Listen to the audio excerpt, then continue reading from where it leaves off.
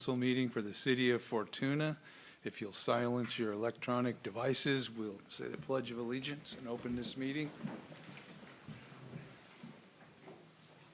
I pledge allegiance to the flag of the United States of America and to the republic for which it stands, one nation, under God, indivisible, with liberty and justice for all. Thank you. Can we get a roll call? Councilmember Conley? Present. Councilmember Diaz? Present. Mayor Pro Tem Trent? Here. Mayor Johnson? Here. And our first item of business is oral comments from the public for items that are not on the agenda tonight. People can speak on any item not on the agenda, limited to 3 minutes. Just state your name.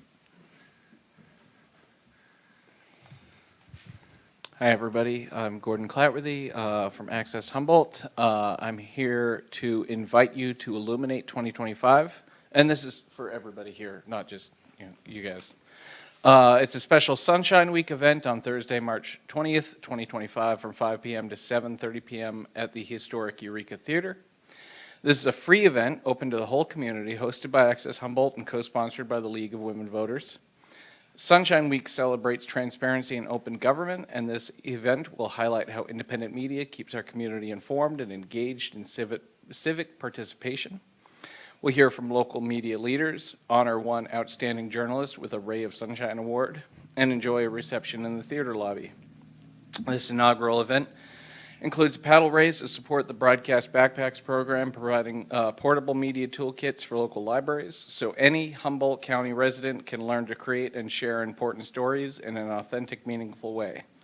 These broadcast backpacks will remove barriers to local broadcast journalism and increase representation of our many cultures here in Humboldt. So join us for an evening of conversation, celebration, and action. Let's shine a light on media democracy and the next generation of storytellers. There's more information on our website at accesshumboldt.net. See you this Thursday, March 20th at the Eureka Theater. Thank you.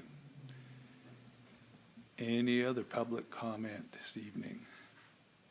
Seeing none, we will close public comment and move to our first item, a special presentation, the pinning of the new police sergeant.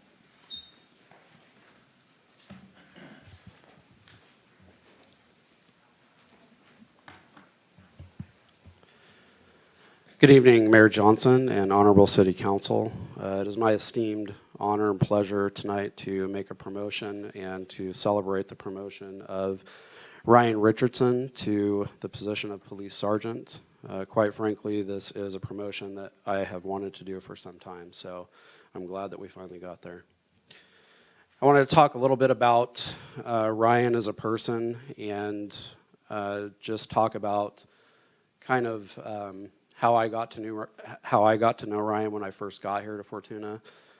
He is the type of individual that has a deep sense of values and an authentic concern and care for the people that he works with, his family, and the community members. I don't think in 25 years that I've ever worked with another law enforcement officer that has legitimately shown every member of the community in every interaction the amount of empathy and respect that Ryan shows them. He definitely celebrates the value of basic human dignity, and that is his kind of MO at work when he is dealing with members of the public and the other members of the Fortuna Police Department. Since I've known Ryan for the last 5 years, he has led with heart. His commitment to teamwork is unwavering, and as I said, he treats everyone with kindness and respect. His ability to lead with these values not only makes him a valuable law enforcement professional, but more importantly, it makes him the best kind of human being and the person that all of us would want to call our friend. And frankly, I'm proud to call Ryan mine. This promotion is a testament to his hard work, his dedication, and the genuine impact that he has on all of those around him. He underwent an exhaustive testing process, which I'm sure he will not soon forget. This went on for many days and many weeks, testing in front of a myriad of different panels, from community members to other allied executives, and kind of capstoned with informal conversation with the command staff. And while I won't share the details of what Ryan said about the chief in that conversation, I can tell you that when he is pinned down and pressured, that honesty will always be his go-to. Ryan emerged as the top candidate through that testing and competed against 2 other internal candidates within the Fortuna Police Department. He was officially promoted to sergeant on February 9th, and he has hit the ground running. So please join me in congratulating Sergeant Ryan Richardson.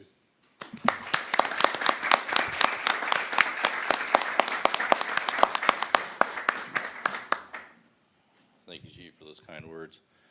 It is an honor and privilege to accept this promotion to continue to serve the city of Fortuna. I've been in law enforcement for 20 years now. I moved here when I joined the Fortuna Police Department all those years ago, and am proud to make Fortuna my home, and I look forward to continuing my service. Thank you.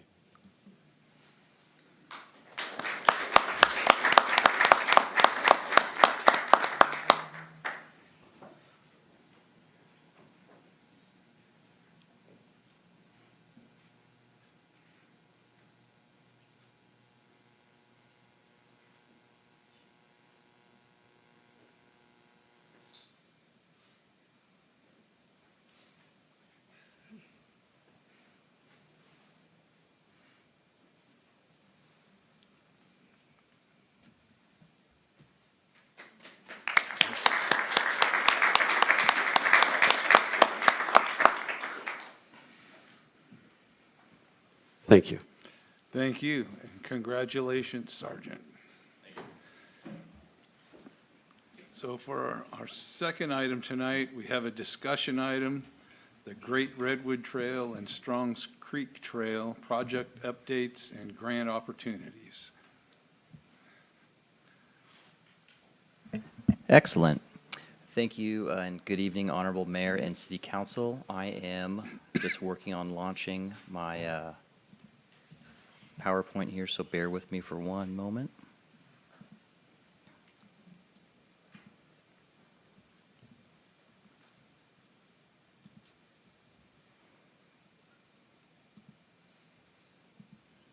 Oops.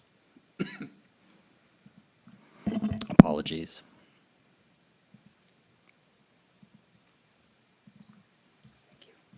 So while I get this PowerPoint launched, I'll just start with providing a little bit of an introduction to the item in addition to the guests that we have here this evening. So including myself, who will be presenting the main purpose of this item, which is to get the direction from the council, if the council would like city staff to move forward with pursuing grant dollars, specifically through the State Coastal Conservancy, in this particular case for advancing the Great Redwood Trail and the city's John Campbell Memorial Greenway Trail here in the city of Fortuna. So I will be presenting that portion of the item, but preceding that, I really wanted to use this as an opportunity with the council to provide an update or a conduit for an update from the Great Redwood Trail Agency on their particular work that they have been doing,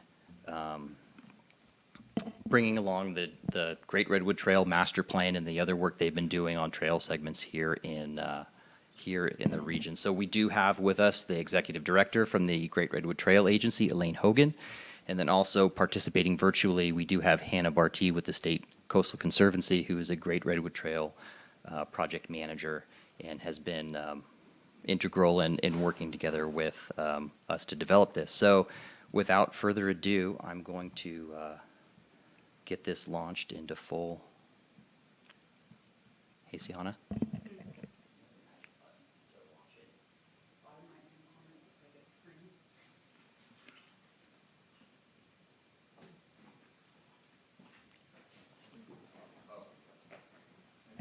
Yeah, all good. Apologies. All right, with that, I'll hand it over to Elaine. Thank you. Great. Thank you very much. Again, my name is Elaine Hogan. I'm the Executive Director of the Great Redwood Trail Agency. We were just formed a couple of years ago from the North Coast Railroad Authority, and so I'm the first Executive Director, and I've had the position for about a year, so it's an honor to be here and share the work that we've been doing so far. So Just for those of you that may not know, the vision of the Great Redwood Trail is San Francisco Bay to Humboldt Bay along the former railroad corridor, and the southern portion is still an active railroad corridor with SMART running commuter trains and completing their segments of the trail down there. And so really the vision is to transform the railroad corridor, which we know here locally has not been active for quite some decades, into a real community asset and an economic driver for the region. So some of the goals in doing all that planning that we've been doing, as Brendan mentioned, through our master planning process over the last couple of years, is really looking to create that world-class recreational experience that accommodates a variety of users and expands our network of green infrastructure, so both recreation and active transportation along this corridor. Also providing access to state parks and other public lands is a key goal of the project. Some other goals around restoration and promotion of resilient ecosystems. We have a huge opportunity to clean up the legacy of the railroad industry through development of the trail projects in various areas. And so that includes things like restoring sensitive plant and animal species, aquatic habitats, and also the preservation of cultural resources is of utmost importance. And really improving fish passage barriers, that we have inherited as a legacy of the former use of the corridor. Some of the goals that are probably most important to you all here in the city and regionally when we think about the benefits of a project like this really comes down to economic development and vitality, and also the health benefits to the citizens of all of our communities. And so we had an economic benefits analysis done a couple of years ago that really highlighted in Humboldt County specifically that the trail, when fully developed, so bay to bay, so all 300 miles, has the potential to bring in about $48 million annually to Humboldt County. So that mainly is in the form of recreation and tourism benefits. So people, out recreating, spending money on lodging, shuttle services, lodging, restaurants, other sorts of tourism that springs up, gear rental, things like that. Specifically for the city of Fortuna, our economic benefits assessment broke down county by county and also city by city. And so you can see here the breakdown for Fortuna in terms of benefits to the city. And so again, a lot of recreation and tourism, benefits for your retail businesses that exist, and also the potential for new businesses to form that we haven't even envisioned yet. So when we think about the Great Redwood Trail and connecting all the communities along the corridor, this graphic just sort of sums it up, that there are a variety of benefits from trail towns that are along the corridor. So economic benefits, as I've mentioned, as well as the recreation opportunities, habitat restoration, and also, especially in the more remote areas, the corridor can be used for a fire break and fire resilience, and improve our ability to access those areas in an event of a wildfire. So those are some of the benefits from the trail. And I'm going to pass it over to my colleague Hannah Barty. She's our project manager for Humboldt County for trail projects, and she's going to talk a little bit about where we've been in terms of trail development, and especially here regionally, all the activity that's been going on in other jurisdictions around the county. Thank you, Elaine. As Elaine already talked a little bit about, we've been on a longer road to get here to this point where we have a Great Redwood Trail Agency helping to drive trail development. And the life cycle of a trail is long, but today we're focusing just on the life cycle of just a segment of a trail. So we can move on to the next slide where we really think more about that and where we are now. We're currently, for the Great Redwood Trail Agency, going through a process to develop a master plan for the Great Redwood Trail, which really is very high-level concepts about how this trail would be built, what are some opportunities and constraints for segments that we see from a high level, so not down to the minutia for each 3 mile to 6 mile segment, but really looking at what are those main themes that we see throughout, what are the kind of governance structures that we want to see, and what are some of those ideas like increasing economic development opportunities, increasing opportunities for restoration that we can see and want to envision for each of these trail segments. Along with that, we're also working on a programmatic environmental impact report to analyze the impacts from building a trail, and that also includes those considerations for benefits or mitigation through restoration projects and creating those active transportation corridors. Now, the portion in the green is moving a little bit into the future for Fortuna potentially, but certainly is a reality for other trail segments in Humboldt County. For each specific segment, typically 3 to 10 miles in length, that trail needs to get funding secured first and foremost to be able to do the work. And then you go into the initial trail design and environmental permitting, which can often be standalone from the next step on the next page, which is construction. So those can be split out into 2 separate grants to have different funding sources, sometimes can also have different project leads. But with the Great Redwood Trail Agency, we're really here to help shepherd and be a partner through this process for these trail segments and seeing them from start to finish. And then what we all want to look forward to is when that trail segment is complete, what are those wonderful benefits to the community, and how do we integrate those ongoing management and maintenance that we've thought about through intentional design and permitting. There is a lot of activity for Great Redwood Trail development around Humboldt Bay. I'm sure folks have seen some of the construction. If you're traveling between Eureka and Arcata on the safety corridor, you're actively seeing the Humboldt Bay Trail South portion being built out, and that's estimated to be complete by this summer. And with that portion complete and the existing segments in Blue Lake and City of Arcata, City of Eureka, with those portions, we'll see about 11 miles now complete, and then we'll get up to, with that portion for the Humboldt Bay Trail South, and then also for a portion in City of Arcata that's moving into construction, almost 19 miles of continuous trail. So you could bike from South Eureka, from the Elk River up to the Mad River continuously, and we expect those 2 projects that are currently in construction, that Humboldt Bay Trail South and the City of Arcata project, to be complete by end of 2027, so just a couple years from now. And so looking further south and thinking about Fortuna, we're going to go to look at sort of how this fits in regionally and take a look at one of the maps that we've got going on.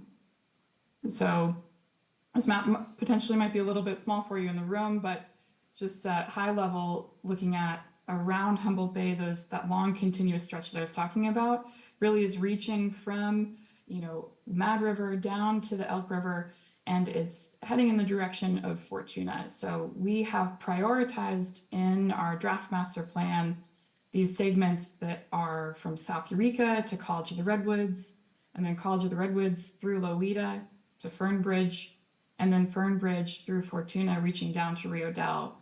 Because we have heard through our community outreach the need for active transportation corridors, for commuters, as well as more recreation opportunities for folks looking to get out and do everyday trips. So Fortuna is right smack in that high tier.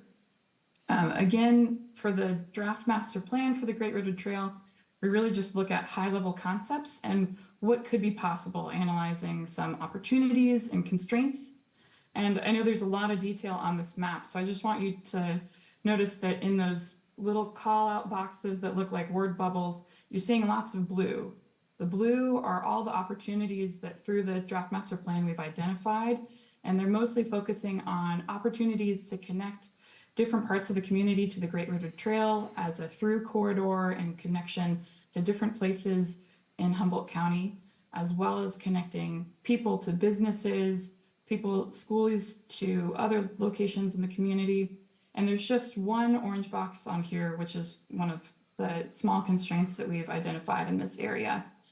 So for us, we see Fortuna as not just a high need in terms of tier 1 priority, but also a high feasibility, and that there's more opportunities than constraints for this particular segment. And I want to make sure that we've got some time for questions and comments for Elaine and I then I know Brendan will be talking more specifically about some of those portions within Fortuna and what he as a city staff is looking for direction on related to some potential grant funding. So I now welcome questions. Any of the council have questions? Council, how about members of the public?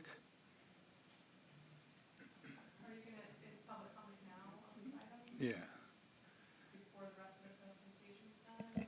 well, she was asking for questions, so I just wanted to get her before she had to leave.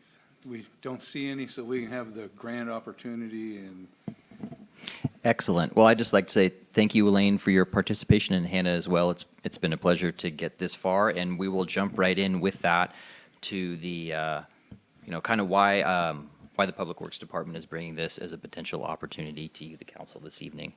So trails in Fortuna have long predated, what's now been recently envisioned as the Great Redwood Trail. So about 10 or 15 years ago, the city took off on one of our first major trail project directives as part of the 2010 general plan, and that was the development of the Strongs Creek Trail, which would be a Class 1 trail connecting the city's River Lodge to Newburgh Park and beyond into the Headwaters Forest as part of its vision. So with that, in 2014, the city completed a master plan to help guide and push the vision of that trail in that direction. In 2016, the city completed what we call the Complete Streets Connectivity Study, which looked at how we would integrate these trails with the freeway interchanges, which of course are the biggest constraint that we see in developing trails, but improving our transportation network in the city of Fortuna. And lastly, one of the more recent areas we've been working on trails in the city of Fortuna has been through our interchange projects, which are both currently progressing through the Caltrans design and environmental standard of project delivery and development. One is in our environmental document phase, and Kenmar is in our plans, specifications, and engineering estimate phase.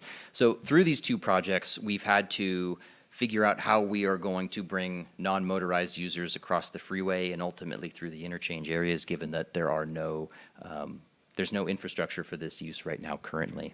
With that, it is folded in coordination with folks such as Elaine and Hannah and others with the Great Redwood Trail Agency and the Coastal Conservancy, and then other stakeholders as well.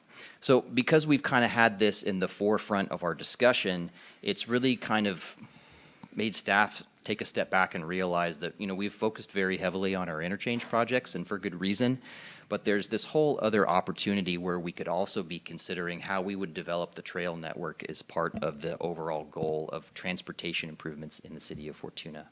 And so with that, I kind of wanted to go over some other reasons as to why staff feel like there's certainly the momentum and the interest for us to push forward with seeking ways to do these improvements. And first and foremost, I'll say that if we were to move forward with getting designs and permitting and other things in place for the Great Redwood Trail or the John Campbell Trail segments in Fortuna, it would significantly increase our competitiveness for grant funding.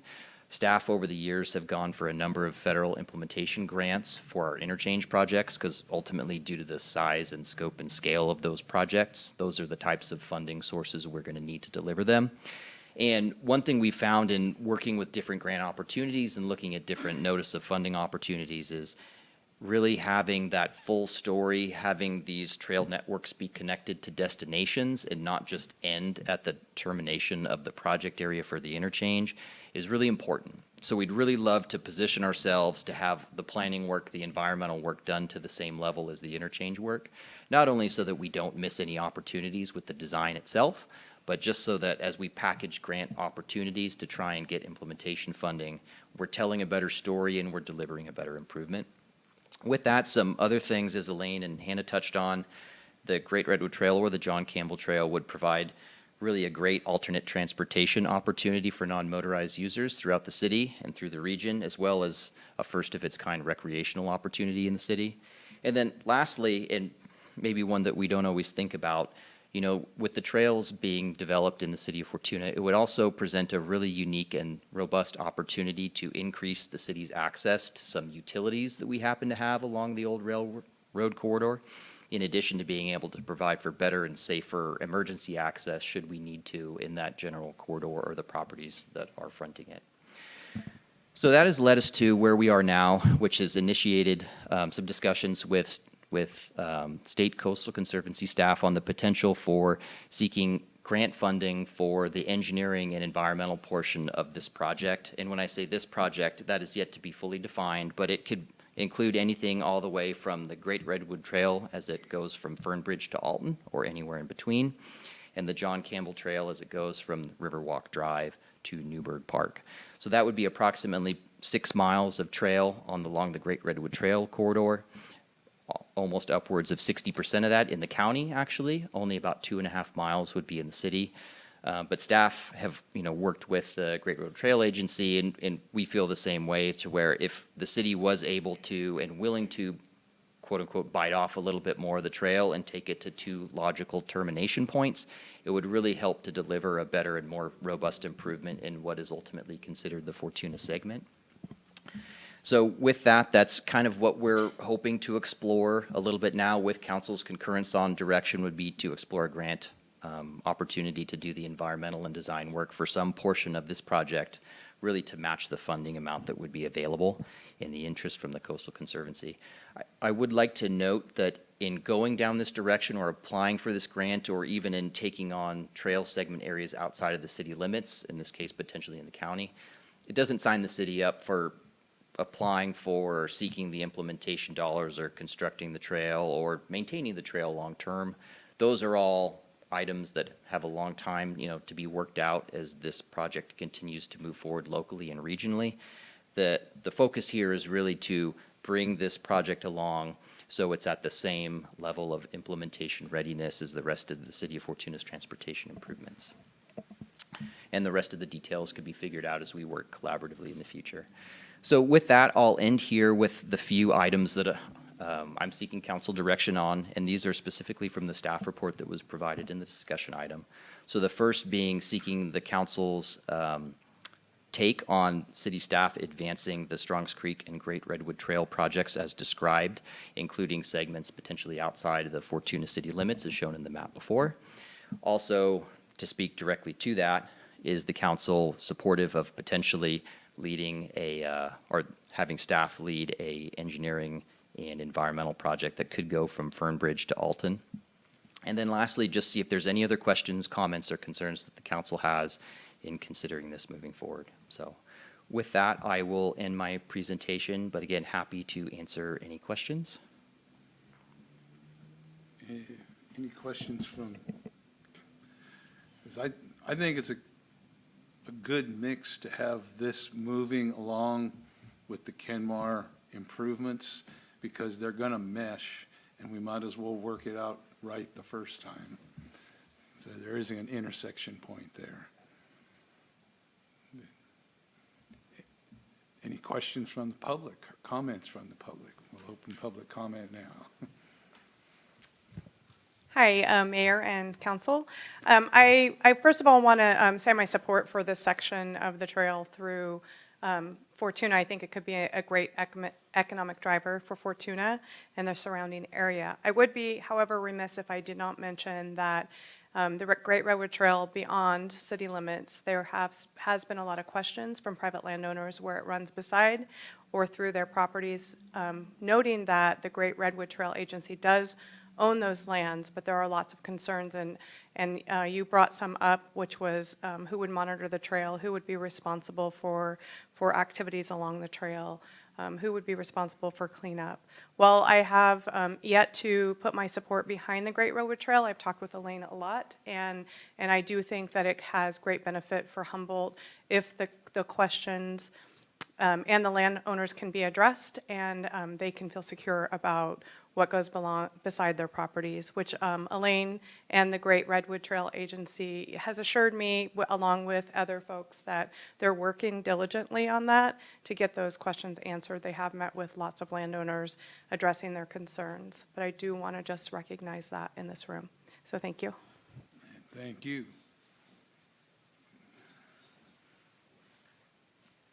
Yes, Orville Garrison, resident of Fortuna. In some respect, I think I want to echo a concern or an issue that the supervisor just remarked on. I think that it's important for the council and for the residents of all of Fortuna who have an interest in this trail concept, which I am personally interested in also, to hear more as this project unfolds about the maintenance aspect of the trail. It's disappointing when certain trails get established, and they get established with considerable fanfare in the community, and then some years go by and we see what has become of the trail. And I'm right now specifically referring to what we have been calling for a while the Went Trail. The Went Trail is not as well used at all as it once was when it was first inaugurated.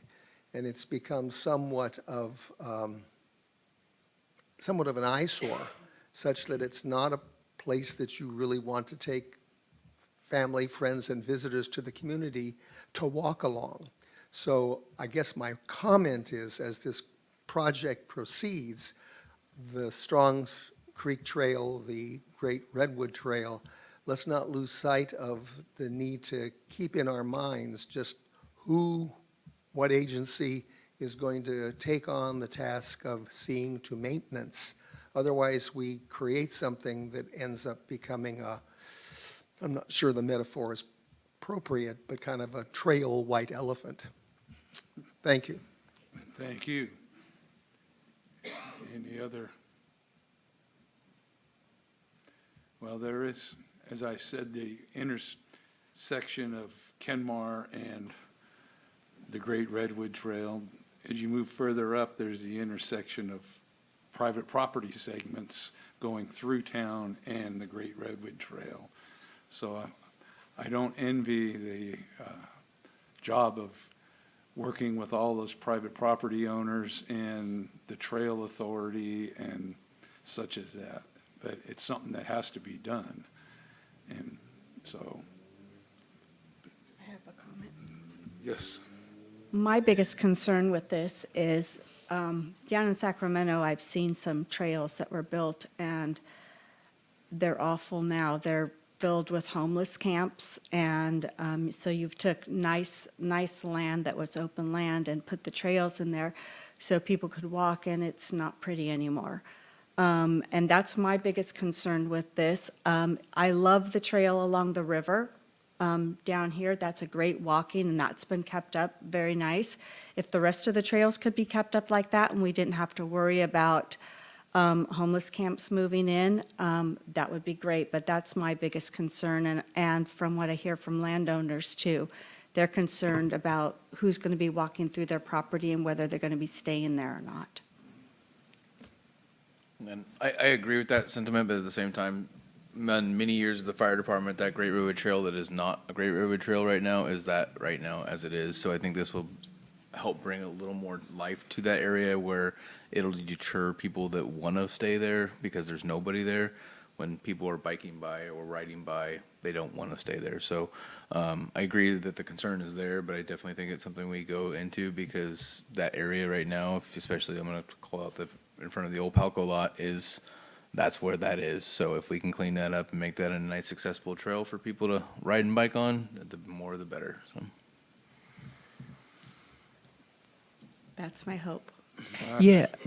I think that's all our hope, is that as it's developed and once the agreements come about, but the long term, it is going to be the maintenance.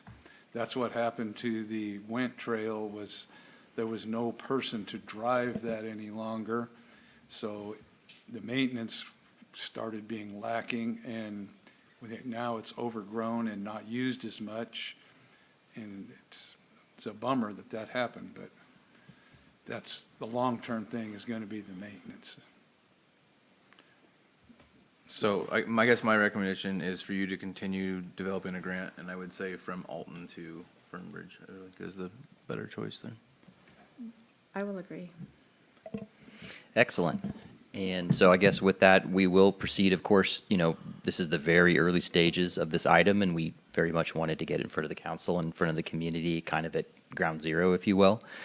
So there'll be plenty of opportunity to bring this back with some findings and, what a grant may look like. And again, just to echo, we are at the beginning phases, and the work we're proposing, wouldn't go into these next phases where, of course, staff has identified a lot of the same concerns.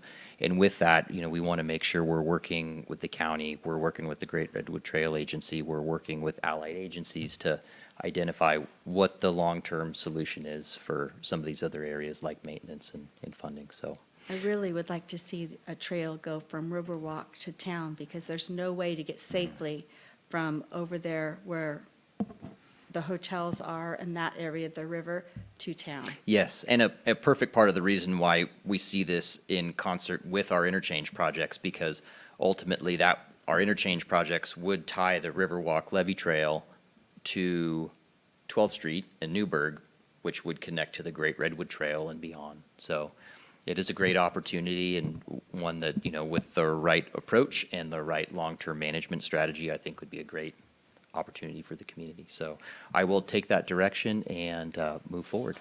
Thank you. Thank you. Thank you. You have another project.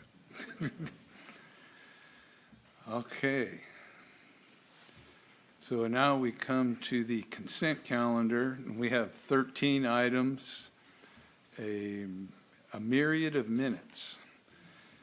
March 3rd, regular and special council meeting, March 10th, regular and special council meeting, and our monthly reports for admin, community development, finance, parks and rec, police department monthly report, public works report, report of disbursements, approval of the MOU with the Fortuna Police Employees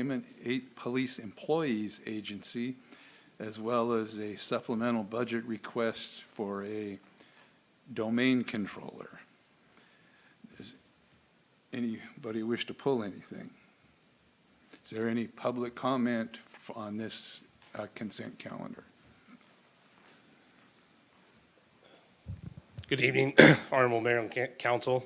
Justin Primo-Forey. I'm the president of the Fortuna Police Employees Association. Speaking on item L, the MOU that we've come to an agreement with. First of all, I'd like to thank my negotiation team, the negotiation team for the FPA, the work that they put in and the homework to get the ball rolling. And secondly, I'd really like to thank the city manager and her team for their effort and diligence that they put into getting this done. As some of you know, I've been up here a few times and gone through a few contract negotiations in my time here. And I can say by far this has been the best experience that I've had. Very seamless, open communication, transparent, which is what's needed. I'd just like to say that this contract was voted unanimously in support, or the FPA supported it unanimously, but there is still a lot of work to be done. In the last 5 months, we've lost 3 members, and we have not replaced any one of those. And when somebody comes on who has no experience in as a police officer, you can pretty much estimate that it's going to be a year from the time that they go through an application hiring process, from their background to a police academy to a field training program. It's a year, and in that year's time, everybody else is picking up the slack. I spoke about it before, and to some of you individually about the hours of overtime that our people are putting in. We're working short to give guys a day off. And to put that in perspective, those 3 people is an entire staff shift. So all of those gaps are being filled. So I'm excited about this contract, don't get me wrong. It's great, but moving forward, this conversation can't end here. We need to keep talking about it and not wait until 2027 when we're going to come back. Thank you. Thank you. Any other public comment? We'll close public comment. I don't have anything to say. Go No, ahead. I was going to make a motion to approve the That's what I consent was calendar. going to do. Go ahead. You just did. Did you make that motion? Okay, second. Have a motion and a second. All in favor? Aye. Opposed? None. Thank you. Now we move to city council business. First item is filling a city council vacancy.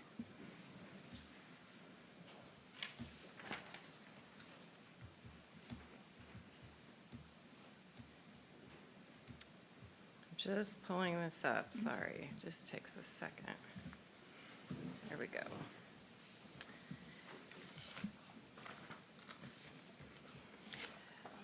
So, Mayor and council members, I'm here to present some options to fill the vacant city council seat. On March 12th, Jerry King submitted his resignation effective immediately from the Fortuna City Council. And so I'm here to share some options with you. You have three options to fill this vacancy, and this vacancy is for approximately 4 years. The term will end at the end of 2028. So your first option is to make an immediate appointment. Your second option is to make an appointment by May 11th, 2025, by announcing a vacancy and soliciting applications, communicating a filing deadline, holding a public meeting to conduct interviews and selecting a candidate, and then obviously developing the schedule to meet this May 11th deadline. Or your third option is to call a special election by May 11th, 2025. This is not recommended because this will cost between roughly $35,000 to $55,000. So the process that I recommend that your city council pursue is announcing a vacancy to solicit applications beginning tomorrow, March 18th. And then the filing deadline would be April 18th, 2025, and then we would hold a special public meeting to conduct interviews and select the applicant on April 28th, 2025. And I would be happy to answer any questions, and I should add that this is the process that is being recommended that was just followed, that your council selected Mr. Diaz. Any comments from the council? Opinions? I'll wait till after public comment. Okay. Well, I do have one item to read into public comment that came via email. And it starts from Mr. Clyde Smith, starts, concerning the upcoming vote to fill the city council vacancy, I would like to recommend that if the current city council members choose to hold another interview and vote process for interested applicants, to have the interviewees present at the meeting in person. While watching the live feed online during the last council meeting, I thought it was unfair for several of the applicants to have the privilege to be in the comfort of their homes or behind screens rather than in front of the council, city staff, and public. Furthermore, depending on the order in which they were interviewed, they would have the opportunity to see how the prior applicant answered the provided questions and could adjust theirs accordingly. They might have been in the waiting room, but had access to the live feed from Access Humboldt. If the council and city staff, including the city attorney, choose to allow applicants to interview online, I suggest these applicants go first so that there is no unfair advantage. Lastly, if interviewing online is an option, please make that clear during the application process. Reviewing the original language in the past staff report, that did not seem to be an option. I appreciate the opportunity to present these ideas and hope they are considered. Please be sure to have this public comment read into the public record during the public comment period. I apologize for not including Councilmember Diaz in this email. Is not currently listed on the county, he says county, but it means city website. Neither is the city manager, Amy Nilsson, so I do hope that is updated shortly. Sincerely, Clyde Silversmith, Fortuna resident. So that has been read into the public comment and will be taken in accordingly. So is there any comment from the public here?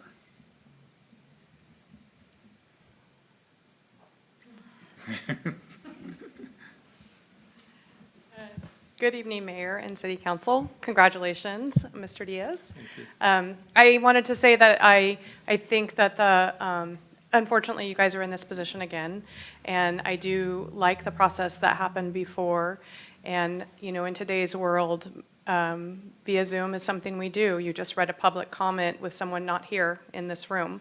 And so it's an opportunity for people to express ourselves or be able to interview when other obligations take themselves away. And it is recognized by the governor by statute that you can participate in meetings via Zoom. And so I don't think that that's any different. I want to commend you all for your process before. It was very fairly done, a tough decision. But I do commend you all, three of you, for the process that you did previously. And I sincerely hope that you choose that process again to fill this spot. Thank you. Any other comment? Well, seeing none, it comes back to us. Well, I'm definitely for the way we did it before. It worked well. We got a good council person out of it. And it is the most logical and the most financially responsible one, too. I also agree. It's financially responsible. It will be the kind of almost the easiest but the fairest route to go in front of public, doing it in a public meeting in front of a public comment. I agree with the Zoom thing. That's just kind of how it works. I live off of that stinking thing at work. So I think that's the best option, and I'm sorry that it didn't work out for somebody, but I think it is a great option to continue forward. So. I agree. I think that the process worked. Unfortunately, I wasn't in town to be able to do it in person, but Zoom is just another tool that we could use and take advantage of it. So I agree with going with that option as well. And I think that would be the best option to do it again in a public process. And so I think we have another task ahead of us.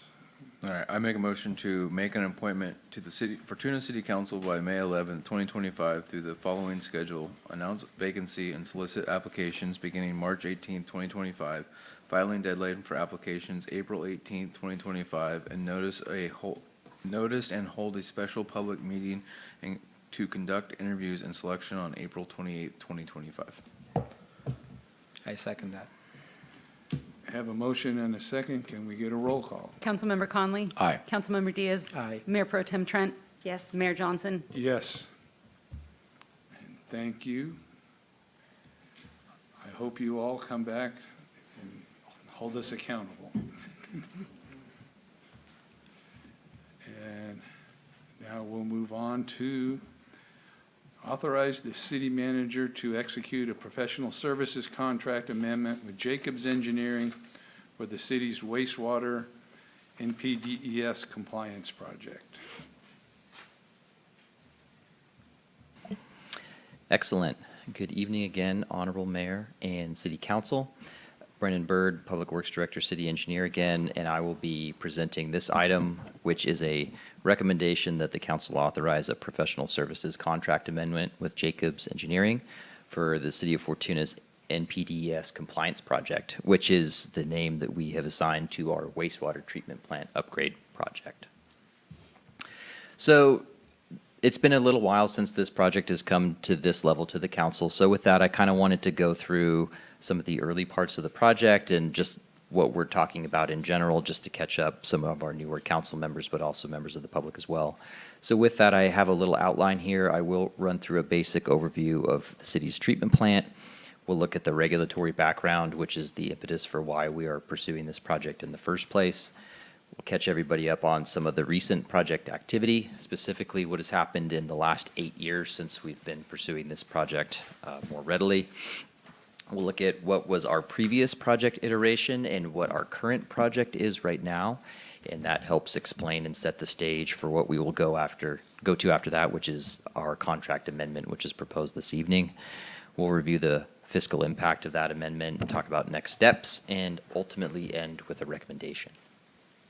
So here is an aerial view of the City of Fortuna's wastewater treatment plant, which some folks know and some folks might not know that we have.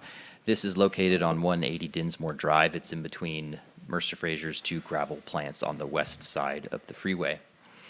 Our treatment plant is a conventional secondary activated sludge plant. We have a primary treatment system, we have a secondary treatment system, and we disinfect our effluent before discharge, either currently to the city's percolation ponds or Strong's Creek, depending on the time of year. We also have a solids handling system where ultimately we pull the solids out of the wastewater stream and we process those and actually produce Class A compost, which is given away. Shout out to our compost operations. This week, actually, Monday through Friday during business hours, people are welcome to come down to the facility and get compost should they care to have some for their spring gardens. We also have an operations and lab presence down there. That's where we have some of our professional staff in the public works realm, including myself. We also operate a certified water and wastewater lab. So moving on into the regulatory compliance issues that are ultimately compelling the city to do these projects in the first place. So in 2017, the city was issued 2 orders, one being a compliance schedule through the city's NPDES permit, and another a time schedule order, which was issued by itself, but in concurrence with the compliance schedule. So basically, the city is under 2 orders, one to move or to otherwise change the conditions of the city's effluent discharge during the discharge prohibition period, which is generally the summer months in between May 15th and September 30th. The board is asking that the city pursue a project that would move the discharge location from the city's current percolation ponds because of the fact that the ponds have some connection to the river, and with that, it's in violation of the current North Coast Basin Plan, which says during that time you can have no connectivity with effluent discharge and surface waters at all, whether or not it's harmful or not. So moving to the second piece, we have our NPDES compliance schedule where every permit, the regional board or the state board in some cases puts forward more conditions for dischargers or permittees to meet. In our 2017 permit, it was required that the city begin treating to remove nitrogen species from the wastewater effluent to a certain limit. And currently the plant that the city operates does not treat for nitrogen. So these are the 2 orders that we've had since 2017, and this is again kind of the guiding doctrine of why the city is moving the direction of doing this project in the first place. So with that, again, in 2017, we got these orders, and this will be kind of a step-by-step of between when the orders were issued, where we are now, and where we're going, just to kind of catch everybody up. In 2017, we were issued these orders, the regulatory orders, and on the tail end of that, the city was able to apply for and receive a small planning grant through the Clean Water State Revolving Fund, which was used with our consultant GHD at the time to complete our CEQA document, which was an ISM&D, and initiate and complete some concept designs for an improvement project, which, as we'll go through in a little bit here, included a new percolation facility on the west side of the Eel River, in addition to some treatment plant upgrades at the treatment plant itself. At the tail end of that environmental phase and the preliminary concept design phase, which satisfied a number of deliverables from our time schedule order and our compliance schedule, the city moved forward with actually competitively procuring a new engineering consultant for the final design phase. Again, we were moving into this really large and specialized project, so the city wanted to make sure that we were well positioned and we had the right professional staff working on this project for the city. That culminated in October of 2020. When we brought to the City Council a recommendation that we award an engineering contract to Jacobs Engineering in the approximate amount of $2.8 million to design a bid-ready package for the project as it was envisioned at that time. So in early 2021, we pulled the contract together, got everything going, kicked off the project, and that first year was really targeted on doing the preliminary studies that would support some of the engineering design. So at that time, we were looking at the percolation ponds field across the river, which would have included a pipeline to connect that facility over to the treatment plant. So we did a number of investigations, including topography and permitting. We did some geotechnical borings. We did some geophysical investigations to see what was underneath the ground at that time. And that really took up a lot of 2021, and we were just entering into the phase where we were going to start kicking off our engineering design portion of that project. When in 2022, 2023, it became evident through some various studies and working with the regional board that the project as we envisioned, which would have included the percolation ponds, or sorry, again, percolation field on the other side of the river, was not going to be feasible.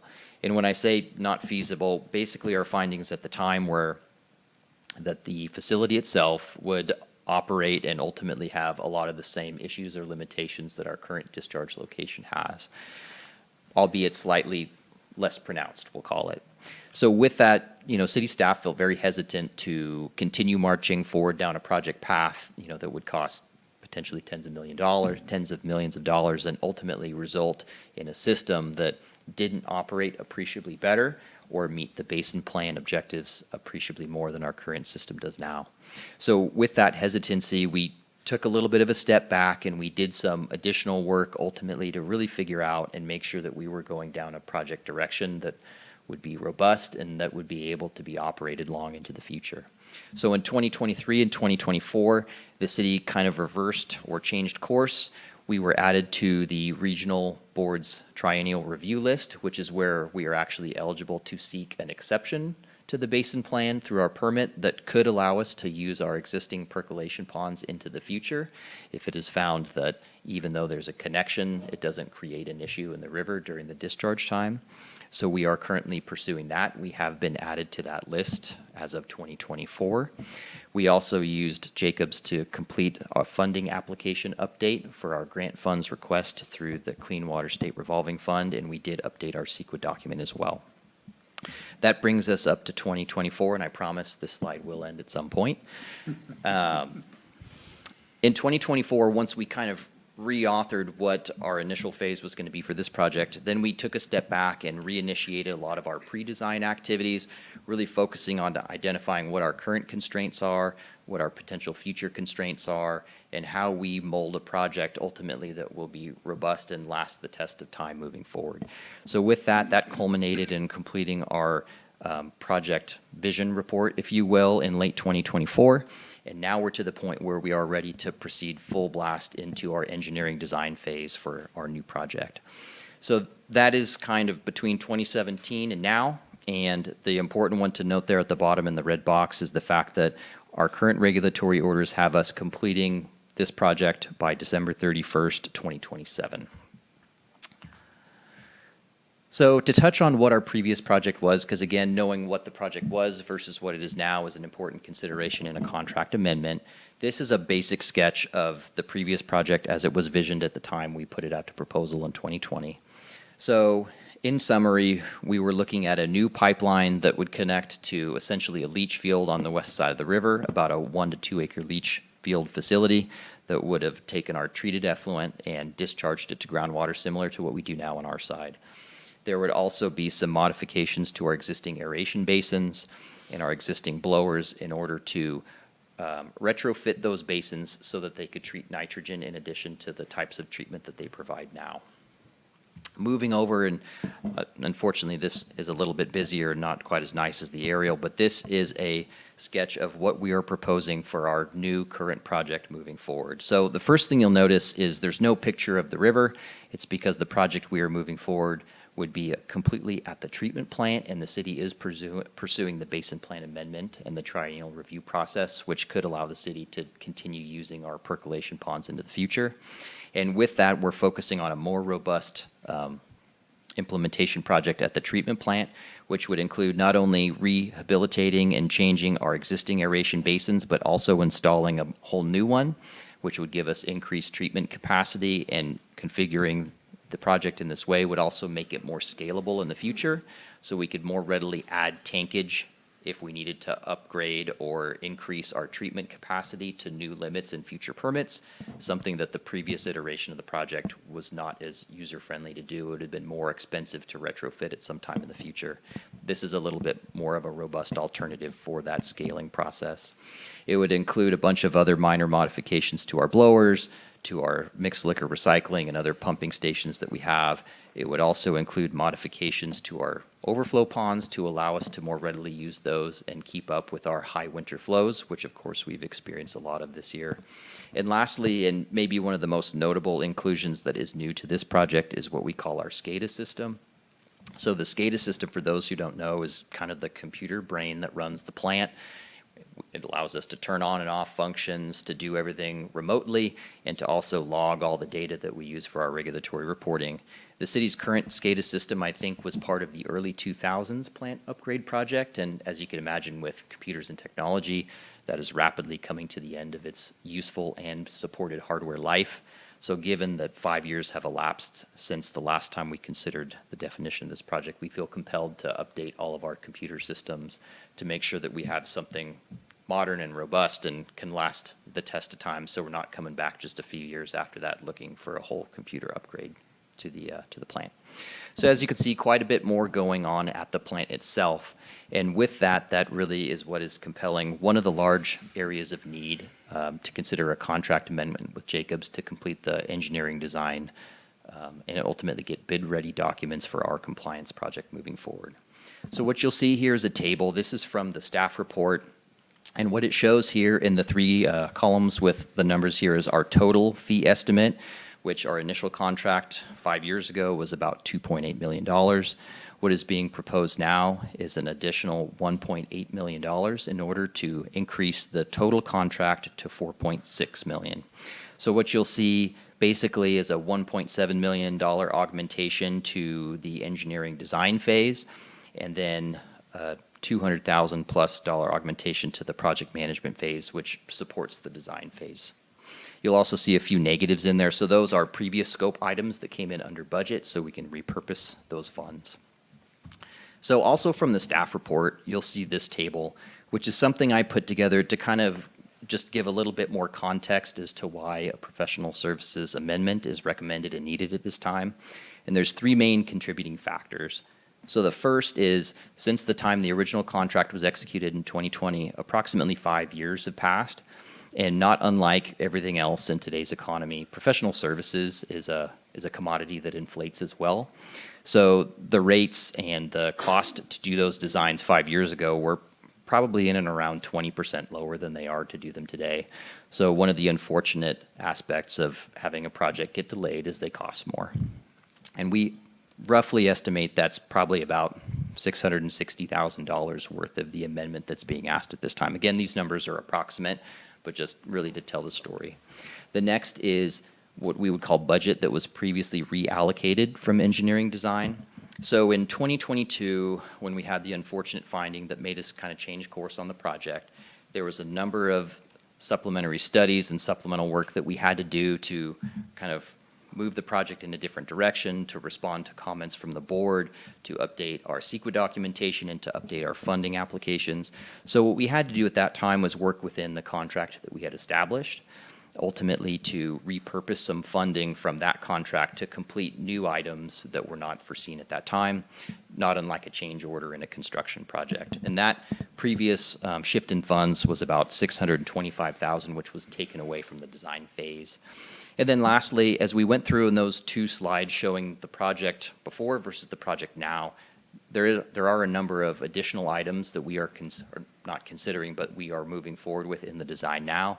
And of course, adding more to the project is going to add more to the design as it adds more to construction. So lastly here on the funding side, just to give a little bit of context, this project is currently budgeted from the Wastewater Reserve Fund 560, which currently has a fund balance of about $9 million. And I would like to note that right now, our delivered cost estimate mid-range for this project is about $46 million, which would include engineering design and permitting the whole thing through construction and services during construction. This is on a range right now, so it could be lower, it could be a little bit higher. We don't really know until we get into the meat of it, but the mid-range of where we are is telling us $46 million. So of course, as the council is aware, as the community is aware, last year in early July, the city enacted the first year of our rate study, or what was involved in our 5-year rate study. And one of the largest compelling reasons we moved that forward, although not the only one because we have other projects as well, but one of the largest ones, or not the one of, but the largest was this project. So we included that in our rate study and rate adjustment strategy to the tune of an escalated cost of about $40 million in city funding, which would be done with some reserve funds as well as debt service on low-interest loans that could be obtained through the Clean Water State Revolving Fund, and then about $6 million in what the state calls principal forgiveness, which is essentially grant funding through the Clean Water SRF. So I guess the important thing to take away is right now, our projected project delivery cost to get to final delivery is roughly matching the budget that we have available now, even with the increase in the professional services contract being considered this evening. So going to schedule and next steps, what staff is ultimately proposing and hoping to do is to get concurrence on finalizing the contract scope and fee, which includes this amendment that's being presented this evening. And then some of our bigger ticket things we're focusing on getting through this year is finalizing our Clean Water SRF funding application with the state board, which would lock in a number for principal forgiveness, as I noted before, in addition to low-interest loans, and just really help the city understand what kind of external funding help we are going to get. In the summer of 2025, we do anticipate receiving a draft copy of our updated NPDES permit, which is the permit issued by the regional board that we operate our treatment plant under, and that'll have some updates in it to our NPDES compliance schedule and time schedule order to address potential extensions to our compliance deadlines, because as I noted right now, they're December 31st, 2029, or 2027, sorry, is when we need to have these constructed by in our current orders. We're hoping in the next few years to finalize the triennial review process, which will inform if the city can continue to use our existing percolation ponds. We're hoping that maybe around a year from now, certainly in early 2026, that we have our engineering design completed and we are ready for bid. And we are targeting right now, to the extent we can, having our project fully constructed by the regulatory timeline of December 31st, 2027. So I know that was a lot, so I'll end here with my staff recommendation, and by all means, we have time for any questions you may have. But it is staff's recommendation that the council authorize the city manager to execute a professional services contract amendment in the amount stated on the slide, in addition to establishing a contract not to exceed amount of $4.9 million, which would include the contract amendment as shown, and then provide, as noted in the staff report, a little over $200,000 of additional contingency that staff could add to the contract should extra services or unknown conditions arise during the design. Thank you for the time. Okay, that's a lot. I'm just reading and thinking and visioning. I'm thinking the piping and the leach field with the gallery, that's a lot of piping, but it's low tech. And what we're going to be looking at now, if we're going to we have exceptional quality compost to get into the triennial review and be authorized to continue to discharge to the perk ponds, we're probably going to have exceptional quality effluent. And I think nitrogen and phosphorus is one thing, but pin flock and other things are going to be a factor in it too. And I noticed there's a membrane in there. Is that for effluent or? Yeah, we looked at a number of different alternatives in order to do the nitrogen treatment, and one of them could have been a membrane.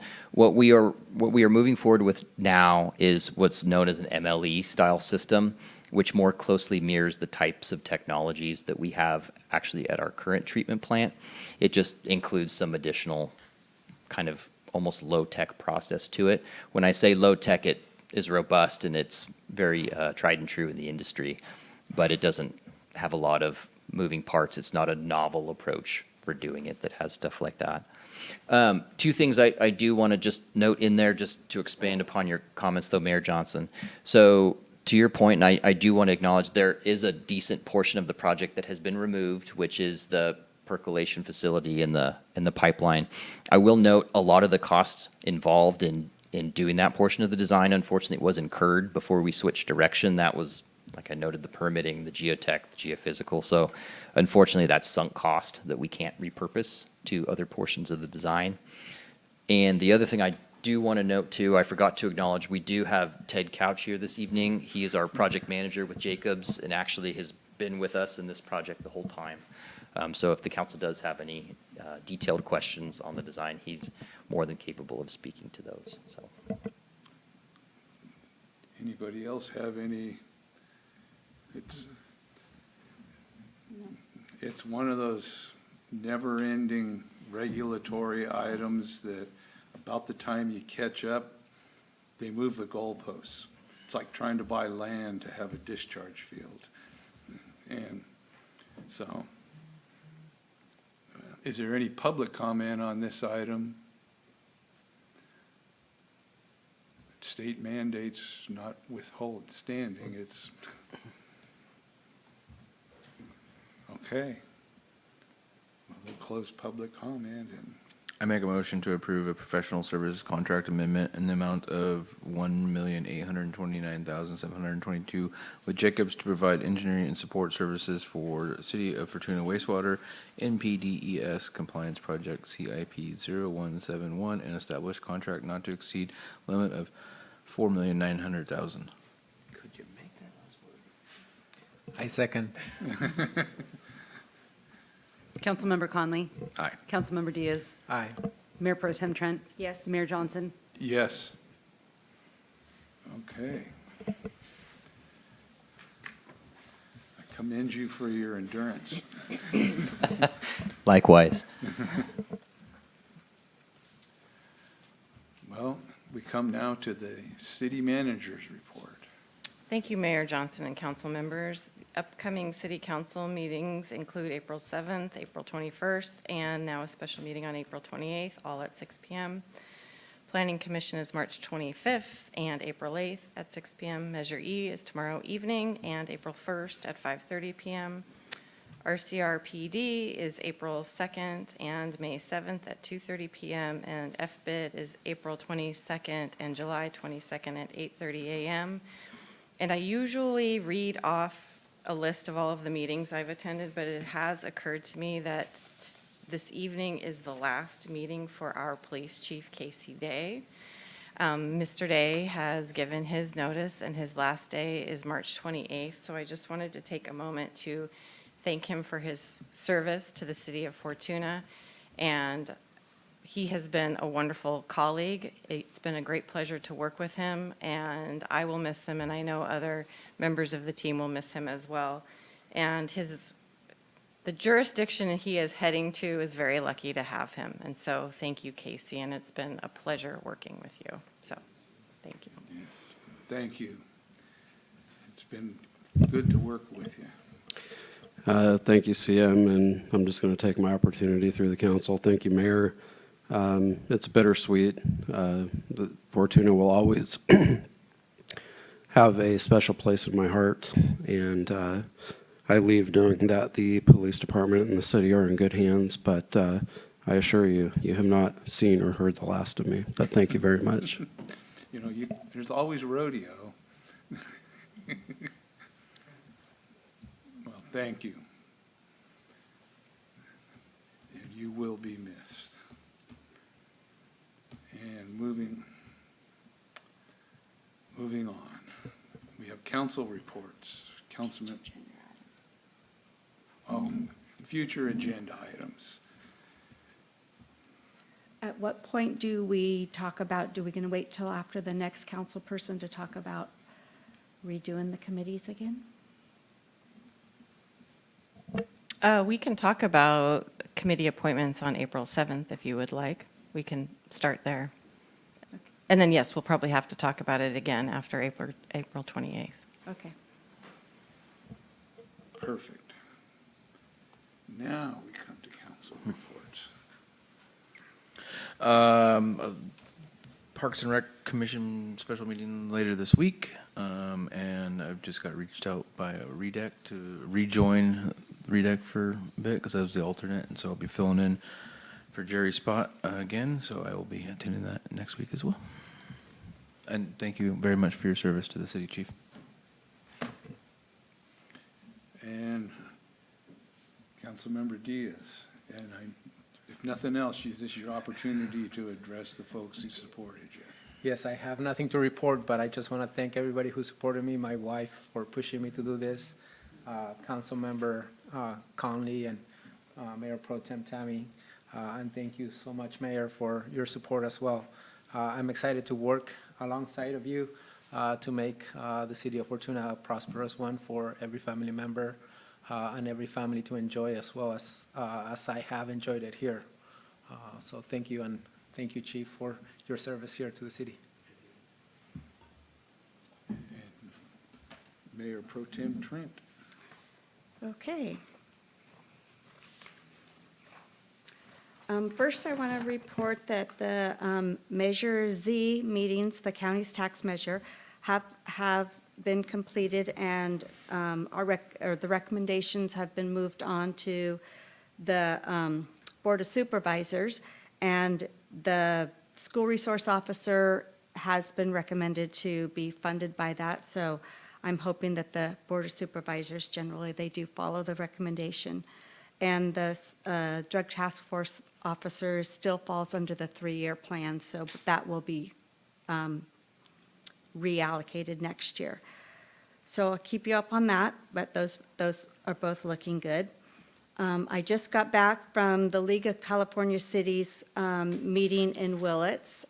The drive down was horrible. I hit the biggest snowstorm, slush. It was not fun. My hands fell asleep from the grip on the steering wheel, but made it there fine and made it back. It was a very informational meeting. We had a program from the CAL FIRE about the fire maps that they are sending out to the cities. They've sent them all out. The city, ours goes to, because Fortuna doesn't have the fire department, it's a special district, so it went to them. It looks as if Fortuna is moderately in the moderate zone, which is good. They did say at the presentation that the maps won't have any influence on insurance agencies, which I'm hoping it's true. They said they can't cancel houses that fall into the high danger zone, which I hope they follow that.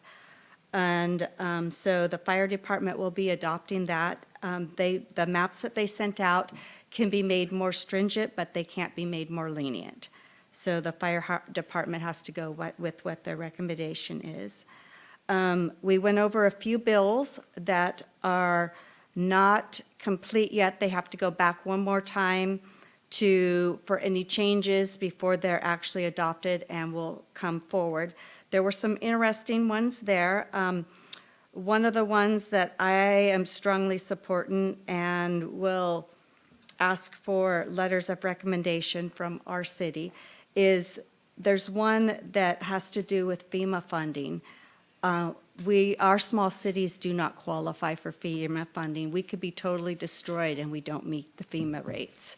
So this one I'm very excited about. This one was mainly written after Ferndale, or after Riadel's damage that they did, because they weren't able to get any funding for that. So I'm very excited about that one and hope that one moves forward. I'll keep everybody informed on that one.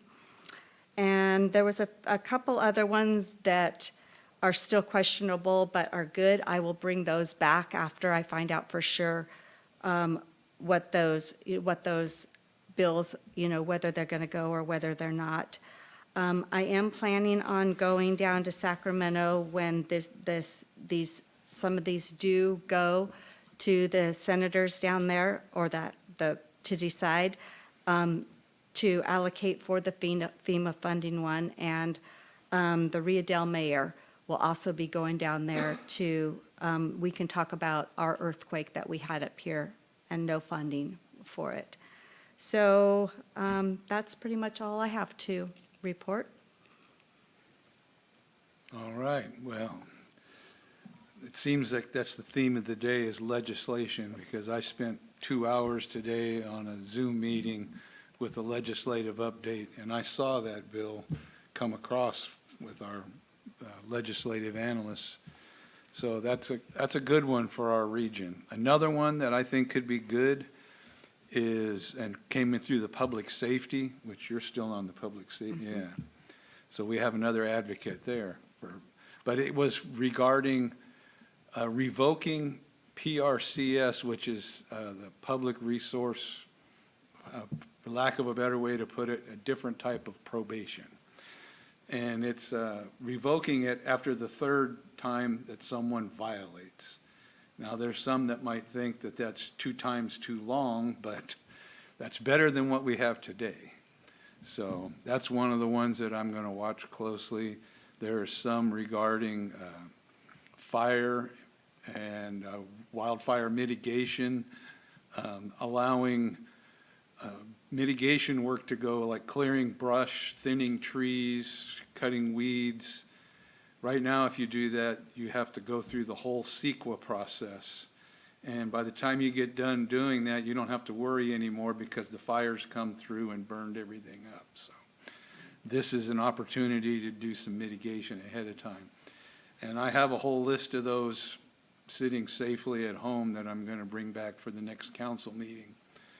I also attended a historical commission meeting last week where we talked about some more about the publications that are done there at the museum with Alex Service, the curator, and Susan O'Hara, the chair of the historical commission.